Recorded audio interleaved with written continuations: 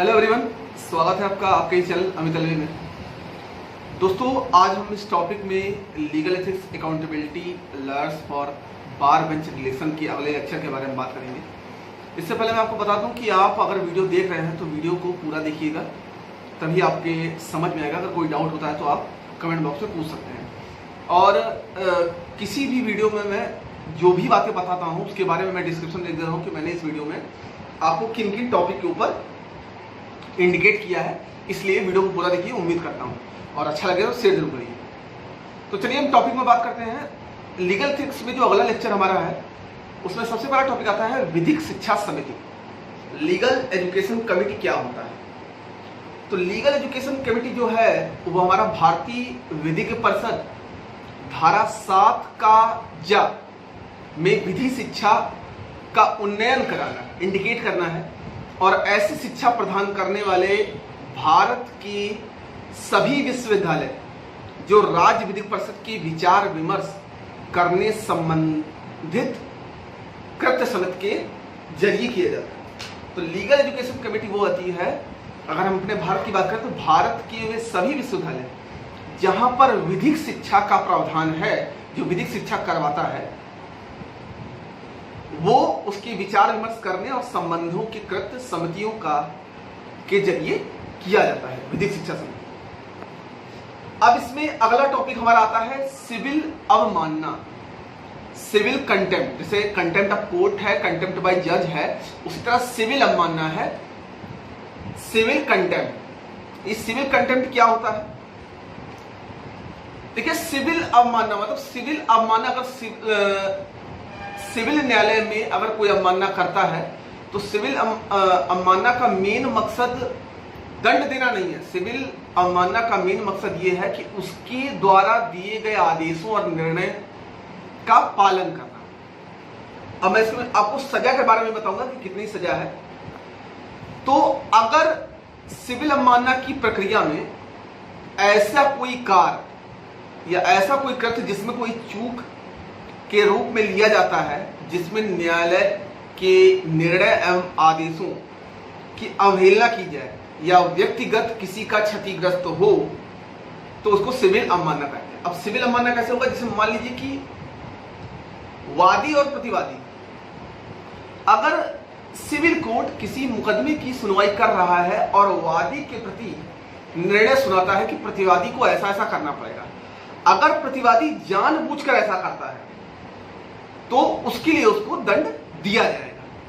हाँ, अगर उसकी कोई मजबूरी है तो उसको एक समय अवधि दी जाएगी ताकि वो उसके अंदर पूरा करे। अब कहने का मतलब यह है कि अगर मान लीजिए किसी सिविल कोर्ट में अगर कोई केस आता है और कहा जाए एक व्यक्ति से जिसको जुर्माना भरना है, उसके ऊपर जुर्माने की राशि 50,000 रुपये लगा दी जाए।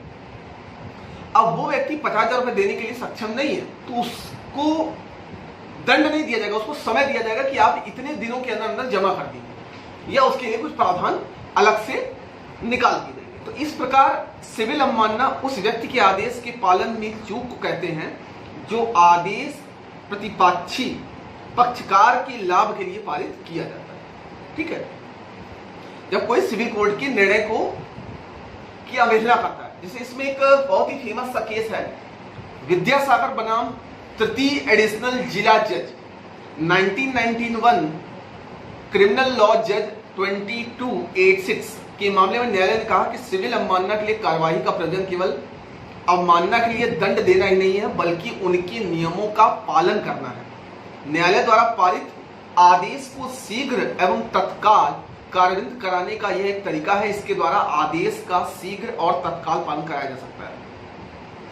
कहने का मतलब यह है कि कोर्ट हमारी चाहे अधीनस्थ न्यायालय हो, निम्न न्यायालय हो, उच्च न्यायालय हो, उच्चतम न्यायालय हो या सर्वोच्च न्यायालय हो, उनके द्वारा दिया गया कोई आदेश या कोई निर्णय का पालन कराना बहुत आवश्यक है, ताकि लोगों के प्रति न्यायालय में लोगों के मन में न्यायालय के प्रति एक सम्मान पहुंचे कि हाँ, न्यायालय के आदेशों का भी कोई वजन है, भार है, कोई महत्व है। अब इसकी आवश्यक तत्व क्या है कि सिविल अवमानना के लिए निम्नलिखित आवश्यक तत्व हैं। न्यायालय के आदेश डिक्री इत्यादि का अपालन हुआ अथवा न्यायालय को दिए गए प्रवचन का भंग या उल्लंघन हुआ हो, या उनके निर्णय या उनके आदेश का अगर जानबूझकर उल्लंघन हुआ हो, तो ये इसके आवश्यक तथ्य हैं सिविल कंटेम्प्ट के। ठीक, अब इसमें हम अगले टॉपिक की तरफ बढ़ते हैं कि सिविल अवमान में प्रतिरक्षाओं का वर्णन किया। भाई जाहिर सी बात है कि हर व्यक्ति को अपना डिफेंस करने के लिए उसके लिए कुछ अपवाद, कुछ नियम बनाए गए हैं। ठीक है, मतलब अगर वो न्यायालय के आदेशों का, निर्णय का पालन नहीं कर पा रहा है तो वो उस आदेश के लिए अपनी प्रतिरक्षा कैसे कर सकता है। तो सबसे पहला आता है कि सिविल अवमानना की कार्रवाई में कब व्यक्ति को दंडदायी नहीं होगा, किस समय दंड नहीं दिया जा सकता अगर वो उनके आदेशों का पालन नहीं करता है। अवज्ञा अथवा जानबूझकर ना किया गया हो, अगर उस व्यक्ति ने जानबूझकर उनके आदेश का पालन नहीं किया हो तो उसको दंड नहीं दिया जाएगा। आदेश जो है वो अधिकारिता के बिना ही पारित कर दिया गया, मतलब जो आदेश दिया गया है वो किसी अधिकार के बिना ही लागू कर दिया गया हो तो भी प्रतिवादी उस नियम को पालन नहीं कर सकता, जिसके लिए उसको दंड नहीं दिया जाएगा। जहां जरूरत किया जाए आदेश अस्पष्ट और संदिग्ध हो, जहां आदेश अस्पष्ट है मतलब पूरी तरह से क्लियरिफाइड नहीं है कि उस प्रतिवादी को क्या करना है, तो उस कंडीशन में भी प्रतिवादी जो होगा वो आदेश का पालन नहीं कर पाएगा। यदि किसी आदेश में एक से अधिक युक्त व्याख्या अंतर्गत से अगर मान लीजिए कोई आदेश दिया गया जिसमें कई सारे नियम, शर्त और कंडीशन लगा दी गई, जैसे आपने देखा होगा स्टार लगा दिया जाता है कि आपको इसके साथ ये भी करना पड़ेगा, ये भी करना पड़ेगा, तो उस दशा में भी प्रतिवादी क्या करेगा, उन नियम को पालन नहीं कर पाएगा। ठीक है, अब इसमें हम बात करते हैं न्यायालय अवमान के लिए दंड, punishment of contempt of court. तो न्यायालय अवमानना की धारा 12 की 1 के अंतर्गत यह नियम उपबंध है कि यदि अगर कोई कंटेम्प्ट ऑफ कोर्ट करता है तो इस अधिनियम में 1971 के किसी अन्य कानून के अभियुक्त के रूप में प्रावधानित को छोड़कर न्यायालय का अवमानना के लिए साधारण कारावास से 6 मास तक सजा या 2000 रुपए तक जुर्माना देना पड़ेगा अगर कोई कंटेम्प्ट ऑफ कोर्ट करता है। तो 6 महीने की सजा या 2000 रुपए तक उसको जुर्माने से दंडित किया जा सकता है।